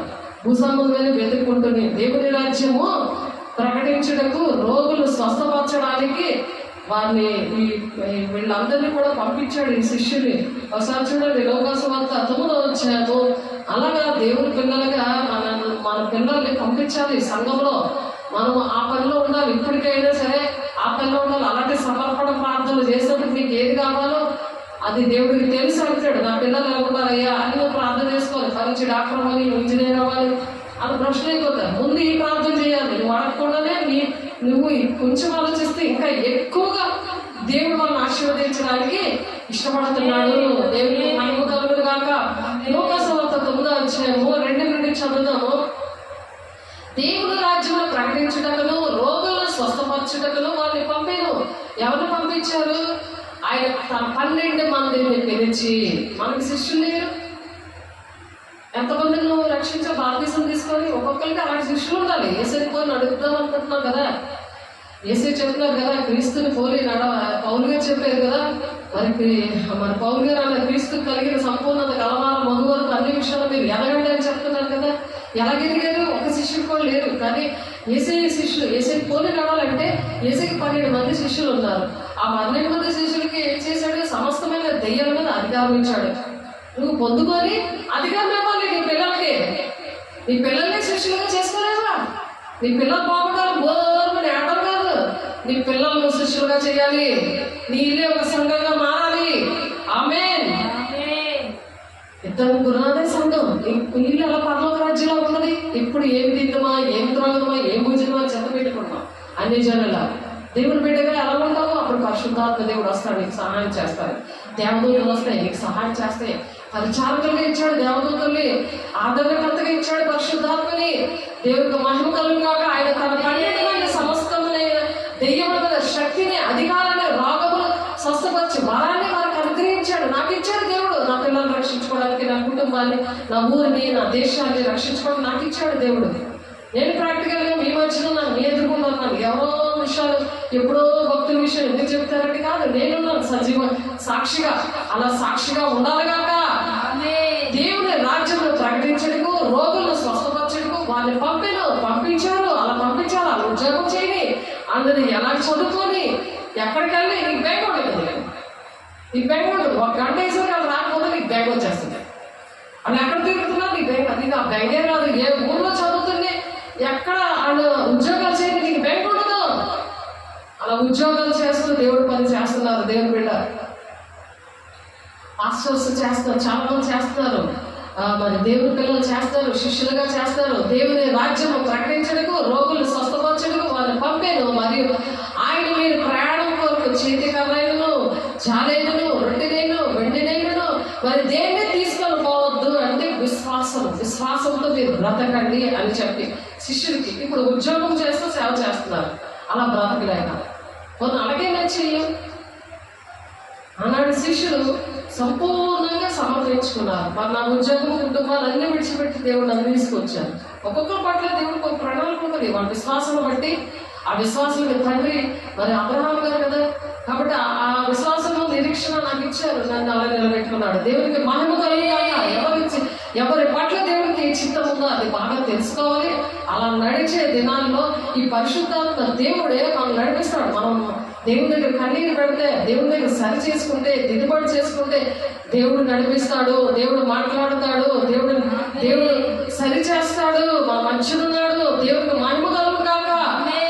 కాబట్టి అలాగా దేవుడు నడిపించే దేవుడు అనమాట. భూమిని అందుకే నేను నరులకు ఇచ్చాను అంటున్నాడు. ఈ భూమిని ఎవరికి ఇచ్చాడు?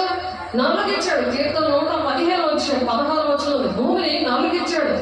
ఈ నరులంతా కూడా నరులు చేసిన సంతాపం చెందాడు. అప్పుడు ఆ నోవాహ దినాల్లో, ఇప్పుడు ఆ నోవాహ జనరేషన్ మనము, ఆ నోవాహ వంశాలనే మనము. కాబట్టి దేవుడు మళ్ళీ కొత్తగా మనల్ని నూతనమైన సృష్టి, నూతనమైన ఆకాశం, భూమి ఇవన్నీ కూడా నూతనమైన జీవితము, నూతనమైన ఆత్మతో దేవుడు నింపాడు. ఈ విధంగా ఇచ్చి అలా నింపి ఆ మేడగదాలను చేసి ఆ భూమికి నరులకు ఇచ్చాడు.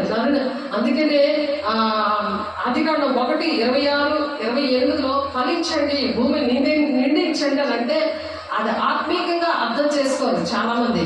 శారీరకంగా అలాగా పిల్లలు పెడతా ఉంటారు. అప్పుడు పిల్లలు అలా ఫలింపు చేసుకున్నారు అంటే భౌతికంగా అర్థమవుతుంది. పరిశుద్ధాత్మ దేవుడు లేడనుకో అది అక్షరాలు అర్థమవుతాయి. అక్షరం అర్థమవుతుంది. కానీ ఆత్మీయంగా పరిశుద్ధం పొందకపోతే వాళ్ళకి ఆత్మీయ అర్థం, ఆ మర్మము తెలియదు. దేవుని యొక్క హృదయంలో ఉన్న వేదన, ఆ భారము తెలియదు. అది భారము సులువైనది అని చెప్తున్నాడు ఆయన. సమస్త భారాలు ఎత్తు మీద వేసుకొని మోస్తూ ఉంటారు, కానీ నా భారము చాలా తేలికైంది అని అంటున్నాడు. మరి అందుకని మత్తయి సువార్త 11:28 సమస్త భారాలు మోయించిన వాళ్ళారా నా దగ్గరనే మీకు నేను విశ్రాంతి ఇస్తాను అంటున్నాడు. ఎన్ని పనులు చేసినా సరే చాలా బాడీ తేలిక ఉంటుంది. ఎన్ని పనులు చేసినా సరే ప్రశాంతంగా ఉండదు. ఇటు ఉద్యోగము, ఇంట్లో పని, బయట పని అన్ని కూడా చేసుకోవడానికి దేవుడు సహాయం చేస్తాడు. కాబట్టి అటువంటి కృప దేవుడు మనకి ఇచ్చినందుకు దేవుడికి మహిమ కలుగుగాక. మరి నరుల చెడుతనము అనేది చెడుతనం భూమి మీద గొప్పదని వారి ఊహ అంతా కూడా ఎల్లప్పుడూ కేవలం చెడ్డదని యెహోవా చూసి తాను భూమి మీద నరులను చేసిన సంతాపం నొందిన దినాలు ఆనాటి దినాలు సేమ్ ఈనాడు కూడా దేవుడు అభిషేకించినా, దేవుడు అన్ని ఇచ్చినా సరే ఈనాడు కూడా దేవుడు తొక్కపడే దినాల్లో ఉన్నాము. అంచె దినాల్లో అలాగే జరుగుతుంది అన్నారు. ఇప్పుడు జరుగుతుంది. ఇప్పటికైనా ఈ కృపకాలంలో సరి చేసుకోమని దేవుడు బతుకులాడుకుంటున్నాడు. ఈ దినాన్న యెహోవాతో మీరు వాదించద్దు. నరుని ఆత్మ యెహోవాతో, నా ఆత్మ నరులతో ఎప్పుడు వాదించదు. ఆయన సైలెంట్గా ఉన్నాడు. నీ వాక్యం అర్థం అవ్వదు, పాటలు అర్థం అవ్వదు, కళలు రాదు, దర్శనం రాదు, ఏమి ప్రార్థన జవాబు రాదు. ఎందుకంటే ఆయన వాదించడు. ఇంకా నీకు చెప్పడు. ఇంకా నువ్వు వాదించగల నరులతో ఎల్లప్పుడూ వాదించడు ఆయన. మరి చెప్పడు, మాట్లాడు. కాబట్టి సైలెంట్గా ఉండకుండా నువ్వు ఆయనకి ఇష్టమైన పనులు చేయు. వెంటనే మాట్లాడడం స్టార్ట్ చేస్తాడు. దేవుడు ఏ పరిచయం ఇచ్చారో ఆ పరిచయం చేయడం స్టార్ట్ చేయి. వెంటనే నీతో మాట్లాడడం స్టార్ట్ చేస్తాడు. నీ పిల్లలతో మాట్లాడడం స్టార్ట్ చేస్తాడు. ప్రార్థన చేయకపోయినా ఎవరు సూర్య ప్రార్థన చేయలేదు, అయినా సరే వాడు ఏసైనా చూశాడు నాలో. ఎందుకు? తల్లి పరిచయం చేస్తుంది, తల్లి మాట వింటుంది, తల్లి దేవుని ఆజ్ఞలు పాటిస్తుంది, తల్లి సేవకులను ప్రేమిస్తుంది. దేవుని మాట వింటే చాలు, నీ పిల్లలు ఆ విధంగా ఆశీర్వదించబడదు గాక, దేవునికి మహిమ కలుగురు గాక. నీకు చింత ఉండదు, టెన్షన్ ఉండదు. నీకు ఎందుకు టెన్షన్ ఉండదు? దేవుడు నాకు తోడై ఉన్నాడని నీకు ఇప్పుడు పాట పాడుకున్నాం కదా భక్తులు, వాళ్ళందరూ కూడా దేవుడు ఎలా తోడైనాడు? మనకు కూడా తోడైనాడు. ఎందుకంటే మనం కూడా అబ్రహాం లాగా, లేకపోతే ఇస్సాకు లాగా, యాకోబు లాగా, మోషే లాగా మనం కూడా నడుస్తున్నాం కదా. అందుకని తోడై ఉంటాడు. నాకు తోడై ఉన్నాడు. ఉంటేనే ఉంటే నువ్వు దేవుని మాట వినకుండా నువ్వు భౌతికంగా ఆలోచిస్తుంటే, భూసంబంధంగా ఆలోచిస్తుంటే ఆత్మ పొందుకోలేదు కదా. అందుకని నీకు అటువంటి శరీరానుసారమైన మనసు మరణము అంటున్నారు. దాని ముందు టాబ్లెట్లు వేసుకున్నారు. టాబ్లెట్ల ద్వారా అలాగ మరణం దగ్గర అవుతారు అనమాట. నీకు అనారోగ్యం రాదు, ఏ మాత్రం వేసుకో. ఎటువంటి ప్రాబ్లం ఉన్నా నువ్వు దేవుని పొందుకోలేదు. దేవుడిని అడిగినప్పుడు మందు మాత్రం వేసుకోకుండా వెంటనే విడుదల వస్తుంది, వెంటనే విడుదల వస్తుంది. ఆ ప్రాక్టికల్ అలాగ అవన్నీ అలాంటి సాక్ష్యాలు దేవుడు ఇచ్చాడు, నాకు ఇచ్చాడు. మరి దేవుడు విడలకు కూడా ఇచ్చినందుకు దేవునికి మహిమ కలుగు గాక. కాబట్టి మరియు ఆయన మీరు ప్రయాణం వరకు ఏది కూడా ఏది కావాలి, ఏది పట్టుకోవాలి, ఏది అనేం ఆలోచించరు. దేవుడు నాకు ఉన్నది అన్ని దేవుడు చూస్తాడు, దేవుడు నన్ను నడిపిస్తాడు, నన్ను పోషిస్తాడు, నన్ను ప్రతి విషయంలో ఆశీర్వదిస్తాడు అంటాడు. అందుకనే నికోదేముకి తెలియలేదు. 6 లక్షల జనాభా నడిపిస్తున్నాడు. నికోదేముకి తెలియలేదు ఈ విషయాలు. కాబట్టి నీటితోనూ ఆత్మతోనూ జన్మించిన తర్వాత వాక్యం ద్వారా తలంపులు మారాలి. వాక్యం ద్వారా, వాక్యం ఎందుకు చదవాలి, వినాలంటే తెలుసా? ఆ వాక్యం ద్వారా తలంపులు మారిపోతుంటాయి. దేవుని తలంపులు వస్తాయి అక్కడ. భౌతికమైన తలంపులు, నీ వేదన, దుఃఖము, సమస్యలు విషయంలో రావవి. ఆ సమస్యలన్నీ దేవుడు సమస్త భారం మోయించిన వాళ్ళు నా దగ్గర అన్నాడు. ఎందుకంటే ఆయన భారం సులువైంది కదా, మొయ్యో నీకు అన్ని కూడా భారాలన్నీ పోతాయి అనేసి అర్థం. ఆ భారం చక్కగా కార్టూన్లో వస్తుంటాయి, మరి సీరియల్స్ ఏది అంటే జీవితంలో చూపిస్తుంటారు.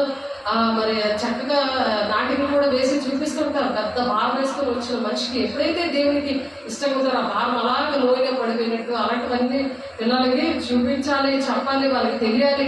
అదేంటంటే వాక్యం ద్వారా, తలంపుల ద్వారా ఏం జరుగుతుందంటే వాళ్ళకి రూపాంతరము, అంటే ఆ మనిషి మారుతాడు. ఆ మనిషిలో రూపం, ఆ మనసులో రూపం వస్తుంది, మనిషిలో కూడా రూపాంతరం. వాళ్ళలో ఒక కళ ఉంటుంది, వాళ్ళ మాట తీరు మారుతుంది, వాళ్ళ స్టైలే మారిపోతుంది.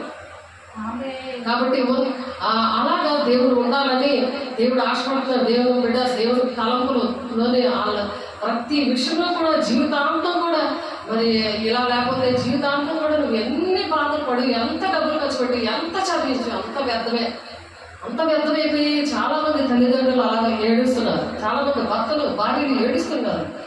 దానికి కారణం ఏంటంటే పరిశుద్ధాత్మను పొందుకోవాలి. దేవుని యొక్క ఆత్మ నరులతో బాధించదు. ఆయన సైలెంట్గా ఉన్నాడు. నీకు వాక్యం అర్థం అవట్లేదంటే ఆయన సైలెంట్గా ఉన్నాడు. నీకు వాక్యం అర్థం అవదు, ఎప్పటికీ అర్థం అవుతుంది. నువ్వు దేవుని ఆత్మ పొందుకోకుండా ఉంటే అలా ఉండదు. సరి చేసుకో. దేవుడి పని నీకు ఏం చెప్పారు అది చేయడం స్టార్ట్ చేయి, నీకు ఈజీగానే ఉంటుంది. ఎందుకంటే ఆయన భారము సులువైనది అంటున్నాడు. ఎందుకంటే మేము చేస్తున్నాం, ఎక్కడ గుంపులము, ఎక్కడ జరుగుతుంది చేస్తున్నాం. ఎంత దూరం 8 ఏరియాలు అన్నీ కూడా మాస్ ఏరియాలే. అవన్నీ ఎలా చేయించాడు దేవుడు చూస్తాడు పోతే అలాగా భూమిలో కప్పెట్టాడు కదా తలాంతిని. ఆ తలాంతి తీసి 10 తలంతుల వాడికి ఇచ్చాడు. అందుకే ఇచ్చాడు. ఇంకా అభిషేకం ఇస్తుంటాడు, ఇంకా ఆశీర్వాదం ఇస్తుంటాడు, ఇంకా సాక్ష్యాలు ఇస్తుంటాడు. ఎందుకంటే వీళ్ళు బలపరచడానికి ఆయన ఇష్టపడుతూ ఉంటాడు, ఆయన బలపరుస్తూ ఉంటాడు. ఆ సాక్ష్యం విని ఆ ఒక తలాంతి ఉన్నవాడు కూడా బాగుపడాలని, దేవుడి ప్రాణం తెలియలేనివాడు ఆ దేవుని ఎరుగటిగా నిత్య జీవం పొందుకుంటాడని ఉంది వాక్యం. ఆయన ఎరగాలి, ఆయన ఎవరో తెలియాలి, నీకు ఆయన ప్రేమ ఏంటో తెలియాలి. ప్రేమ అంటే ఈ భూ సంబంధం ఇచ్చేసిందే ప్రేమ అనుకుంటున్నాను. పరలోక సంబంధం నీకోసమైన ద్వారం దగ్గరే ఉన్నాడు.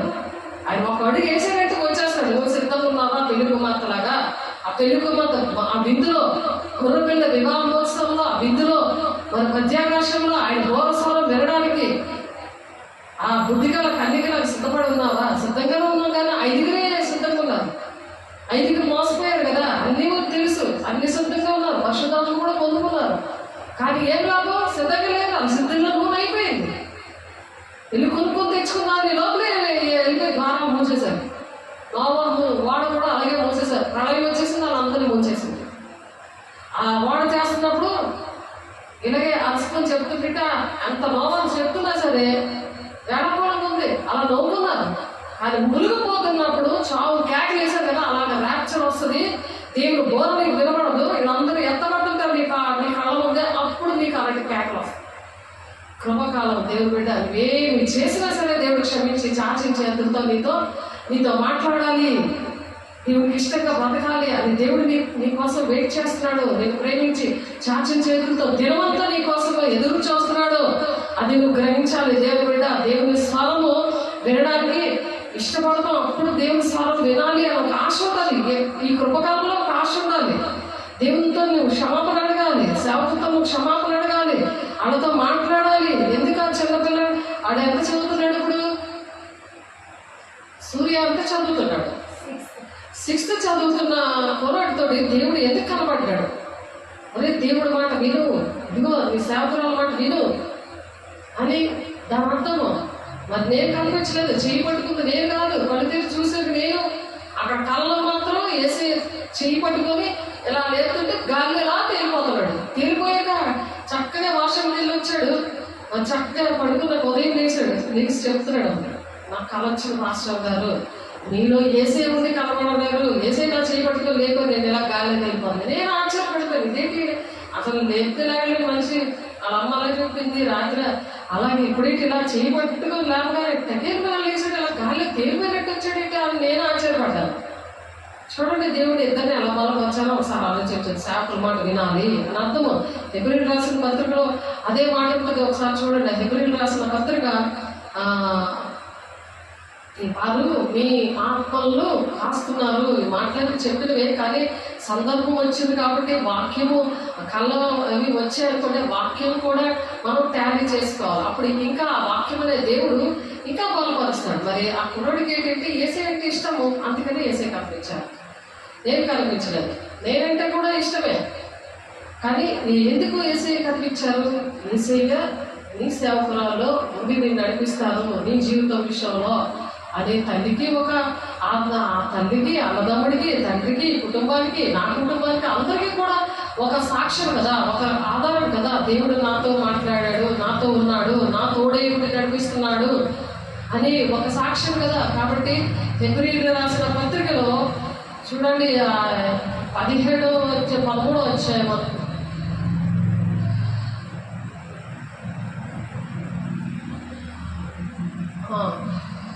17 వచ్చాయి, 11 వచ్చాయి, 17 వచ్చాయి.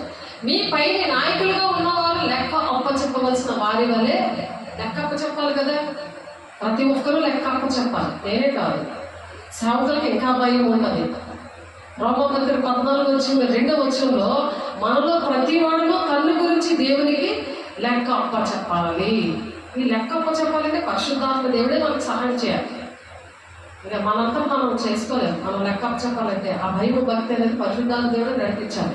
ఇక్కడ సేవకుల విషయంలో హెబ్రీయులకు రాసిన పత్రిక 13:17 మీ పైన నాయకులుగా ఉన్నవారు లెక్క అప్పచెప్పవలసిన వారి వలె మీ ఆత్మలను కాయించున్నారు.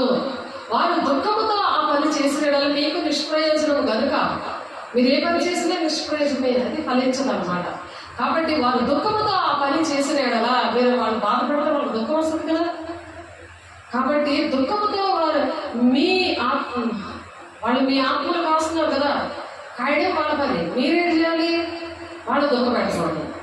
వాళ్ళు దుఃఖముతో ఆ పని చేసిన ఎడల, దుఃఖంతో పని ఏంటి? మిమ్మల్ని కాయడు. వీళ్ళకి ఎంత చేసినా సరే ఇక్కడ మళ్ళీ మా కుక్కలా వెళ్ళి అపవిత్రంతోనే పట్టుకుంటున్నారు. చక్కగా ఇక్కడ పరిశుద్ధాత్మతో నింపి ఏసే శరీరం ఇచ్చి అన్ని చక్కగా పరిశుద్ధాత్మతో నింపి చక్కగా ఇలా చెయ్యాలి, ఇలా ఉండాలని చెప్తుంటే వెళ్ళి కుక్కలాగా పందులో పొరుతూ ఉన్నారనుకో, మళ్ళీ స్నానం చేయించాలి, మళ్ళీ ఇవన్నీ చెప్పాలి, ఇన్ని చెయ్యాలి, ఎలా ఉన్నాము ఏంటి నీకు ఫోన్లు చేసి అన్ని నీకు మళ్ళీ వివరించి చెప్పాలి అని అంటే వాళ్ళకి దుఃఖమే కదా. వాళ్ళకి టైం ఉండదు కదా. నిన్నొక్కదాన్ని చూసుకుంటే ఎలాగవుతుంది? సర్వలోకానికి వెళ్ళి భూతి గంతముల వరకు దేవుడు ఇచ్చి అప్పచెప్పాడు కదా ప్రతి ఒక్కరికి. మరి సేవకులుగా మాకెంత భారం ఉంటుంది? అనేక మందికి ఆ భారం ఉంటుంది కదా. మరి ఆడకి చేయకుండా నిన్నే జీవితాంతం చూసుకొని ఉంటే అది దుఃఖమే కదా. ఏంటి ఇంకా పాలు తాగి పిల్లలకి ఇంకా నోట్లోనే పెట్టుకొని ఇంకా దేవుడి పిల్లల్ని ఎవరిని కూడా ఒక ఆత్మ కూడా రక్షించకుండా, ఒక సాక్ష్యం లేకుండా మరి అలాగున్నారేంటి? నెఫీలీలు చూసాం కదా ఎలాగున్నారో. వాళ్ళు చెడ్డోళ్ళే, కానీ వాళ్ళు 120 సంవత్సరాలు బతికేరు. వాళ్ళు బతికేస్తున్నావు అలాగా. అది ఎంత ఎత్తు ఎదుగుతున్నావు, చక్కగా విచిత్రంగా నువ్వు ఉన్నావు, కానీ ఏం రాదు. దేవుడు చూసి చెడ్డదన్నారు, మనుషులు కూడా చెడ్డదే అనుకుంటారు అలాగా. కాబట్టి అలాగా పైన వాటి మీ పైన నాయకులు ఉన్నవారు లెక్క అప్ప చెప్పవలసిన వారి వల్ల మీ ఆత్మలు కాస్తున్నారు. వాళ్ళు కష్టపడతారు, రాత్రి పగులు మీకోసం కన్నీరు కాస్తారు, ప్రార్థన చేస్తారు, బియ్యాలు నెలకొడతారు, మీ వాక్యం నేర్పిస్తారు, మీకు ఏది కావాలని ఇస్తారు, ఇంట్లో కూడా ఆశ్రయిస్తారు, అన్నీ చేస్తారు. కానీ వాళ్ళు ఎంత కష్టంలో ఉన్నా వాళ్ళ దుఃఖంతో చేయకూడదు, సంతోషంగా చేయాలి. అది ఇంట్లో పెట్టుకొని మరి చేశాను చాలా మంది. కానీ అందరితో దేవుడు మాట్లాడుతున్నాను, ఆన్లైన్లో ఉన్నారు, ఆఫ్లైన్లో ఉన్నారు. దుఃఖముతో ఆ పని చేసేలా మీకు నిష్ప్రయోజనము కనుక దుఃఖముతో కాక ఆనందముతో చేయనట్లు వారి మాట విని వారికి లోబడి ఉండండి. అందుకు కనిపించారు. బాప్తీసాలు ఇచ్చినప్పుడు కొంతమందికి కనిపించారు, చేతులేసి ప్రార్థన చేసినప్పుడు కొంతమందికి కనిపించారు, ఇలా పుల్పీట్ మీద ఉన్నప్పుడు కొంతమందికి కనిపించారు. అంటే ఒక్కొక్కరిది ఒక్కొక్క స్టైల్. పడుకున్నప్పుడు ఈ కుర్రుడిని ఈ బాబు విషయంలో అలా కనిపించారు. చర్చకు వచ్చినప్పుడు దేవుడు అలా మాట్లాడతారు.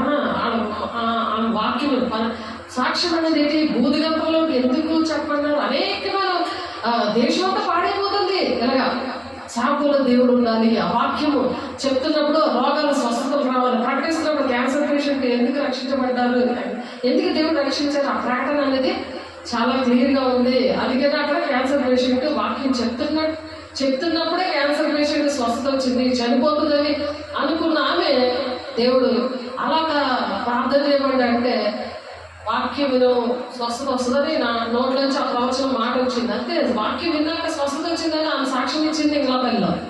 ఎందుకు ఆ సాక్ష్యాలు ఇస్తాడు? వాక్యము సత్య స్వరూపైన ఆత్మ పొందుకున్నప్పుడు సర్వ సత్యంలోకి దేవుడు నడిపిస్తాడు. నువ్వు ఏ వాక్యంలో ఉన్నావు, నువ్వు ఏ వాక్యం వింటున్నావు, ఏ వాక్యం వింటున్నావు? దేవుడు బిడ్డ ఒకసారి చెక్ చేసుకో. ఎక్కడైనా దేవుడు ఉన్నాడులే అంటది దెయ్యం. నీలో ఉన్నది దెయ్యం ఆత్మ కదా, బ్రహ్మపక్ష ఆత్మ, లౌకికాత్మ, మనుష్యాత్మ, అపవిత్రాత్మ. ఈ ఆత్మ పరీక్షించుకుందని అంటారు యోహాను సువార్త 4:1 మొదటి యోహాను 4:1. కాబట్టి దేవుడు మనతో మరొకసారి మాట్లాడుతున్నారు. దేవుని బిడ్డల్ని రక్షించాలని ప్రతి ఒక్కరికి మనం చెప్పాలి. రక్షించే వారి పట్లను, నశించే వారి పట్లను మనం ఒక సువాసనగా ఉండాలని దేవుడు మాట్లాడుతున్నారు. దేవుని బిడ్డ నువ్వు ఏ విధంగా దేవుని పిల్లలను రక్షించాలని ఆశపడుతున్నావు?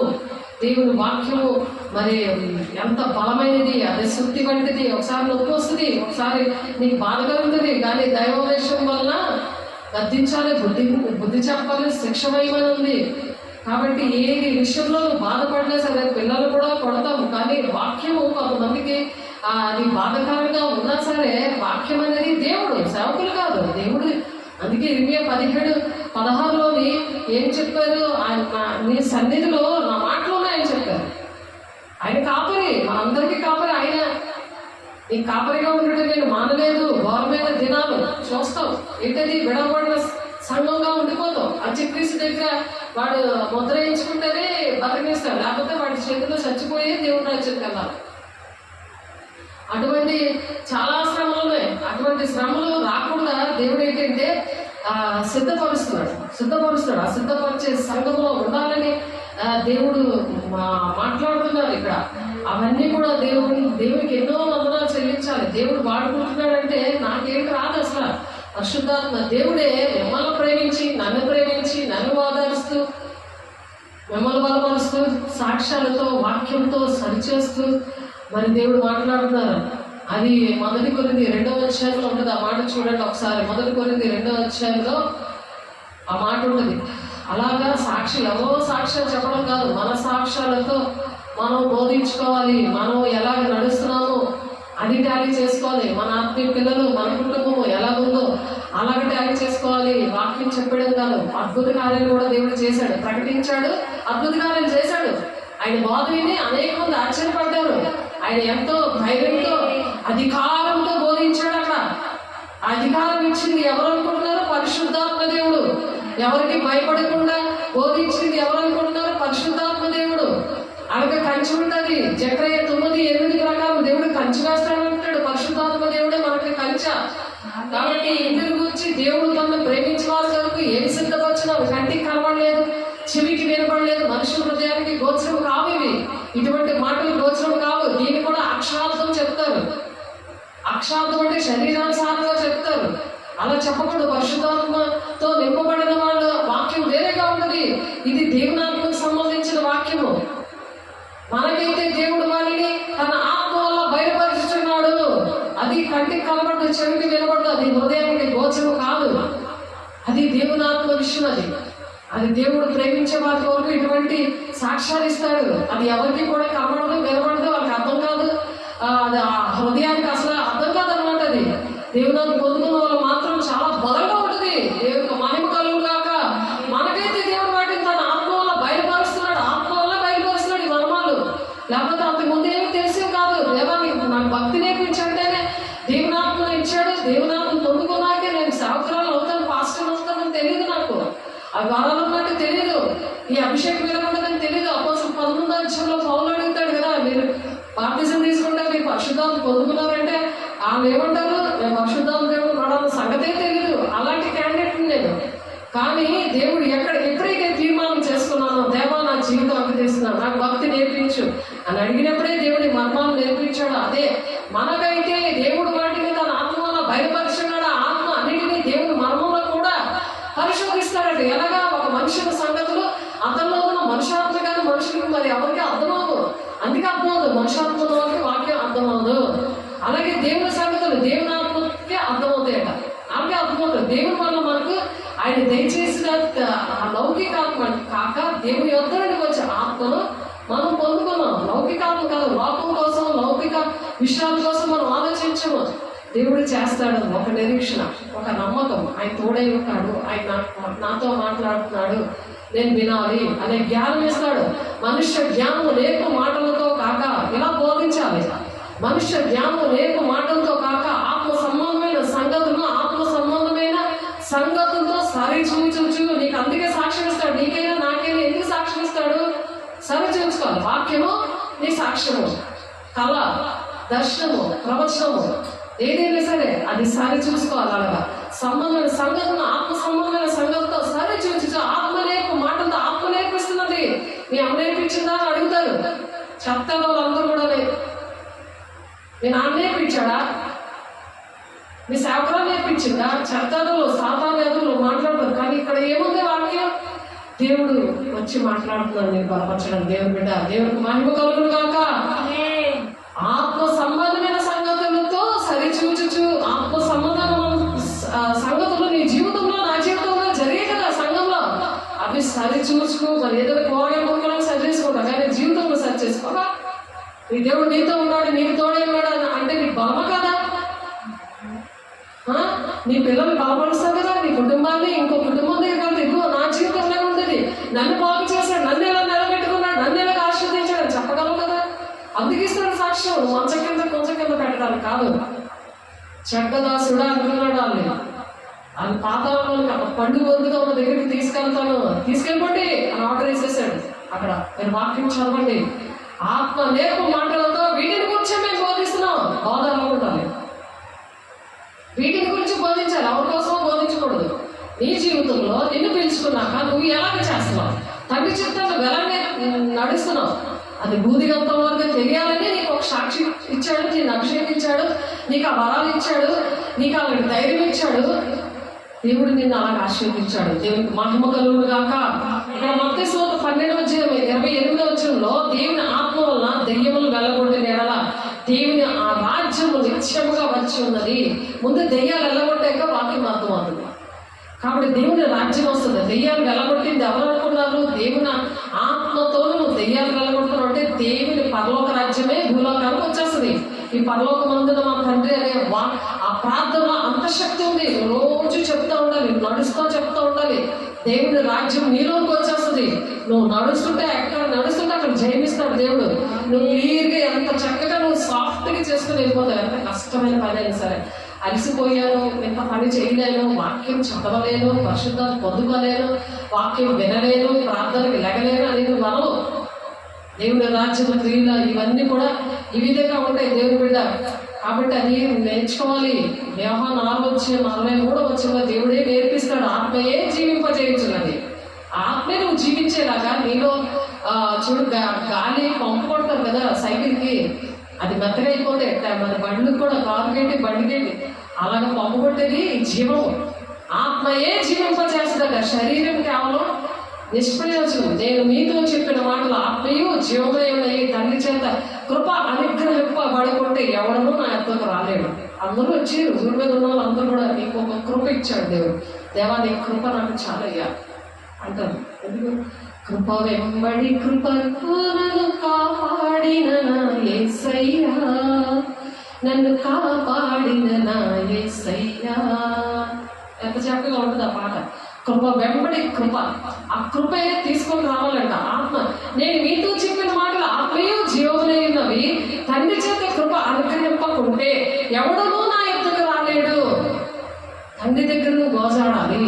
తండ్రి చెప్పిన మాటలు వింటున్నావా అని చెప్పి ఎవడనూ నా యొద్దకు రాలేడని ఈ హేతువు చేత బట్టి మీకు నేను చెప్తున్నాను. ఈ హేతువు చేత నేను చెప్తున్నాను అంటున్నాను. కాబట్టి దేవుని వాక్యము వినాలి, దేవుని రాజ్యాన్ని ప్రకటించాలి, రోగులను స్వస్థపరచాలి. యెహోవా దేవునితో నరులు మాట మరి దేవుని ఆత్మ నరులతో ఇవన్నీ వాదించదు అనమాట. బొజగించి చెప్తుంది. ఇంకా నువ్వు మాట వినకపోతే నువ్వు వాదించుకుంటే నేను దేవునితో చూసుకుంటాను అంటే నీతో మాట్లాడు దేవుడు. కాబట్టి వాక్యము మనకి ఆధారం. ఆ వాక్యమైన దేవుడు నీలో ఉన్నప్పుడు నువ్వు పరిశుద్ధాత్మను పొందుకున్నప్పుడు నీకు అర్థమవుతుంది. వాక్యం అంటే దేవుని శక్తిని చూపించినట్టు మనం దేవుని యొక్క శక్తి అనేది ఈ వాక్యంలో ఉంటుంది. మీలో కొందరు దేవుని రాజ్యం వచ్చే వరకు సాతాను మీ జీవితంలో ఉండదన్నమాట. సాతాను ఉండదు. మొదటి కొరింథీ 2:4 ఉంటుంది. కాబట్టి మేడగది అనుభవం అనేది ఉండాలి. ప్రతి ఒక్క బిడ్డకి కూడా మేడగది అనుభవం ఉండాలి. మన తలంపులు ఉద్దేశాలు అన్నీ కూడా కరెక్ట్గా ఉన్నప్పుడు రూపాంతరం పొందుకుంటారు. దేవునికి ఆత్మ వల్ల దెయ్యాలు అంటే దెయ్యాలు ఎవరిలోకి మాట వినకపోతే అందులో దెయ్యాలు ఉన్నట్టే లెక్క. కాబట్టి ఆ వెళ్ళబడితే శక్తి అనేది నువ్వు లోబడినప్పుడే, దేవునికి సేవకులకి నువ్వు లోబడినప్పుడే దేవుడు మనలో ఉండి దేవుని రాజ్యాన్ని కడతారు. దేవుని రాజ్యం మన మధ్యనే ఉంది అని మనం నేర్చుకున్నాం ఆదివారం. లూకాసు 17:21 దేవుని రాజ్యం ఉందా దెయ్యం రాజ్యం ఉందా, నువ్వు ఏ రాజ్యంలో ఉన్నావు అని నువ్వు సరి చేసుకోవాలి. ప్రతి నిమిషం కూడా అది నువ్వు వెళ్ళగొట్టాలంటే నీ అభిషేకం నీలో ఒంట్లో దేవుని రాజ్యంగా ఉండాలి. నీలో దేవుడు ఉండాలి ఎల్లప్పుడూ కూడా. అలా నీతిగా న్యాయంగా దేవుడు బ్రతకాలంటే వాక్యము ఉండాలి, అభిషేకం ఉండాలి, అనుభవం ఉండాలి, నీ సాక్ష్యం కరెక్ట్గా ఉండాలి. విశ్వాసంతో కరెక్ట్ ఆ సాక్ష్యాన్ని పాటు చేసుకోకూడదు. దేవుని బిడ్డ దేవుని ప్రార్థన చేసుకుందాము. ప్రార్థన చేసుకుని దేవునికి లోబడండి. సరి చేసుకుందాము. మరి దేవుని బిడ్డలుగా బ్రతకాలని ఆశపడండి. ఏదో నమ్ముకున్నానని కాదు, దేవుడు పని చేయాలి. దేవుడికి ఇచ్చిన సాక్ష్యాలు అభిషేకము దేవుని కోసం వాడాలి. ఇదిగో నేను యెహోవాను నాకు ఇచ్చిన పిల్లలను సియోను కొండ మీద నివసించే సైన్యములకు అధిపతి యెహోవా వాళ్ళ సూచనలుగాను మహత్కార్యములుగాను ఇశ్రాయేలు మధ్య దేవుడు ఉన్నాడు అంటున్నాడు. ఇశ్రాయేలు ప్రేమించిన దేవుడు, ఇశ్రాయేల్ దేశాన్ని ప్రేమించిన దేవుడు మనల్ని దేవుడు ఎంచుకున్నాడు. వాళ్ళు దేవుడి మీద తిరగబడినప్పుడు మనల్ని దేవుడు ఎంచుకున్నాడు. దేవుని బిడ్డ దేవుడు మనకి ఇచ్చిన భాగ్యాన్ని బట్టి దేవుని వందనాలు చెల్లిస్తూ ప్రార్థన చేద్దాము. పరిశుద్ధుడ ప్రేమగల దేవ అభిషేకుడా దేవుని రాజ్యాన్ని ప్రకటించడానికి అయినా రోగులు స్వస్థపరచడానికి అయ్యా మమ్మల్ని పంపించామయ్యా. లోకాసు 9:2 మమ్మల్ని పంపించావు. భూమిని అంతటి ఎలాంటి అని 11:28 ప్రకారము తండ్రి మమ్మల్ని పంపించామయ్యా. మరి కీర్తనలో 115:16 భూమి నరులోకి ఇచ్చాను అని అంటున్నావు నాయన. నువ్వు మాకు ఇచ్చావు ఈ భూమిని ప్రభా. మేము నా తండ్రి ఏర్పాటు చేయడానికి అధికారం ఇచ్చిన దేవా నీకు స్తోత్రం. పాపం శాపం ఏమీ లేదు అంటున్నావు నాయన. దేవుడు రాజ్యము ఉంది మన మధ్యన అంటున్నావు నాయన. యోహాను 14:30 ప్రభా ఏ శాపము మమ్మల్ని ఏర్పడి చేయదు, ఏ పాపము ఏర్పడి చేయకుండా నీ ఆత్మని ఇచ్చావు, నీ అభిషేకం ఇచ్చావు నాయన. అయ్యా మీకు వందనాలు నా తండ్రి. నీకు నాయన సమస్త పట్టణాలకి వెళ్ళి సమాజ మందిరంలో నాయన బోధించిన రాజ్య స్వార్థను ప్రకటిస్తా ఉన్న సమస్త పట్టణాలను కూడా ప్రకటించడం చేశారు ప్రభా నా తండ్రి. నీవు అయ్యా మీరు అయ్యా శిష్యులు కలిసి మేము కూడా మత్తయి సువార్త 9:35 ప్రకారం మమ్మల్ని దీవిస్తున్నాను. నీకు వందనాలు దేవా, నీకు వందనాలు వందనాలు వందనాలు స్తోత్రాలు ప్రభా. మహిమ గల దేవా, అభిషక్తుడా నీకు వందనాలు నాయన. ఆత్మయు జీవింప చేయుచున్నది అంటున్నావు నాయన. ఆత్మే మాలో జీవింప చేస్తున్నది. శరీరం కేవలము నిష్ప్రయోజనం అంటాం, కానీ శరీరం ఉన్నా సరే మేము ఏ పనులు చేయలేమయ్యా. నీ ఆత్మ లేకుండా మేము ఏం బ్రతకలేము నాయన. అయ్యా మీరు నాయన మాకు చేసిన ఉపకారాలు బట్టి, మీరు నడిపిస్తున్న నడిపింపుని బట్టి నీకు వందనాలైనా. అయ్యా తండ్రి చేత కృప అనుగ్రహిస్తేనే కానీ ఎవడు నీ వద్దకు రాలేడంటున్నావు ప్రభా. అయ్యా నీ కృప దయచేయండి నీ బిడ్డలకు ప్రభా. చేతులెత్తిన బిడ్డలందరికీ నీ కృప దయచేయండి ప్రభా. నీ మహిమను దయచేయండి ప్రభు. నీ అభిషేకం దయచేయండి ప్రభు. నీ కృపలేందే బ్రతకలేమయ్యా. నీకు వందనాలయ్యా.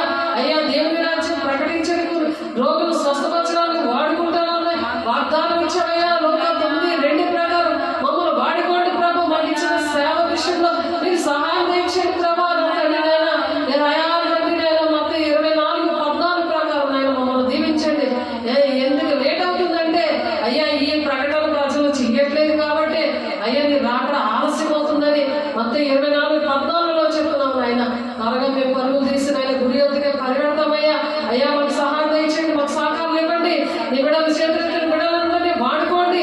సహకారులుగా ఎక్కడున్నా సరే ప్రభా తండ్రి చిత్త నెరవేర్చి నీ రాజ్యం వెళ్ళడానికి మీరు సహాయం చేస్తున్నామయ్యా. నీకు స్తోత్రాలు నాయన, నీకు వందనాలు నాయన. అయ్యా తండ్రి నీకే మహిమ కలుగును గాక, నీకే ఘనత కలగాలి నాయన. అయ్యా నన్ను నిరాకరించిన మాటల అంగీకరింపన వారికి తీర్పు తీర్చివాడు అప్పుడు కలడు ఉంటున్నాం నాయన. మేము తీర్పులో నిలబడకుండా మేము ఎంతబడే సంఘంలో ఉంటామయ్యా. అయ్యా కొలస్సీ 3:1-2 ప్రకారం మేము పైన వాటిని మేము బ్రతుకుతాం నాయన. భూ సంబంధమైన వాటి మీద మనసు పెట్టుకోవట్లేదు ప్రభా. అయ్యా మా ప్రతి విషయాలను క్షమించండి, కనికరించండి, కృప చూపించండి, మా బిడ్డలను క్షమించండి. అయ్యా తండ్రి ఏదైతే కుమారుడు చూచినా అదే తనంతట తాను ఏదే చేయలేడు అంటావు నాయన. ఆయన వేటిని చేయను వాటినే కుమారుడు అలాగే చేస్తాడని ఆయన నిన్ను తండ్రిని చూసి నువ్వు చేసావు ప్రభా. మేము కూడా నాయన తండ్రి కుమార పరిశుద్ధాత్మ దేవుడు ఏది చెబితే ఏ సమస్యనే ఆయనకు చెప్పుకొని అయ్యా సమస్యలన్నీ కూడా అయ్యా తండ్రినైనా నీవు ఆ భారాన్ని మోస్తామని ఒక విశ్వాసంతో నిరీక్షణతో మేము చేయడానికి మీరు కృపనిచ్చారే. నీకు వందనాలు అయ్యా, నీకు వందనాలు అయ్యా నా తండ్రి. పరలోకమైన స్వరం విని మేము బోధించడానికి నా తండ్రి అయ్యా యోహాను 12వ నా అయ్యా 49వ ప్రకారం మమ్మల్ని దీవించండి, ఆశీర్వదించండి ఆయన. మీ కృపలో భద్రపరచండి. అయ్యా మీకే మహిమ చెందిస్తూ అయ్యా మీకే నాన్న ఘనత ప్రభావాలు అర్పించుకుంటూ వేసే పరిశుద్ధ నామంలో అన్ని విషయాల్లో కూడా నేను తన సహోదరులు వంటి వాడుగా తండ్రి నేను ఒక సహోదరుడిగా అనుభవం. మేము అన్ని విషయాల్లో కూడా నేను అన్నదమ్ములుగా అక్క చెల్లుగా అయ్యా మేము ఉండి ఒక కుటుంబంగా నేను పరలోక సంబంధాలు అందరూ కూడా ఒక కుటుంబంగా ఉండి నీ పరిచర్యను ఘనంగా చేయడానికి మీరు సహాయం చేస్తున్నది. మా పట్ల ఉన్న నీ ప్రణాళిక నీ వాగ్దానాలు అన్నీ కూడా నీ బలమైన హస్తాల్లో పెడుతుంది. మా బిడ్డలంతా నీ బలమైన హస్తాల్లో పెడుతున్నాము. నీకే మహిమ ఘనత చెల్లిస్తుంది. వేసే పరిశుద్ధ నామములో బ్రతిమలాడి వేడుకుంటున్నాను తండ్రి. ఆమేన్. తండ్రి యొక్క దీవెన, కుమారుని యొక్క కృప, పరిశుద్ధాత్మ యొక్క నిత్య సహవాసము సదాకాలం తోడై నడిపించును గాక.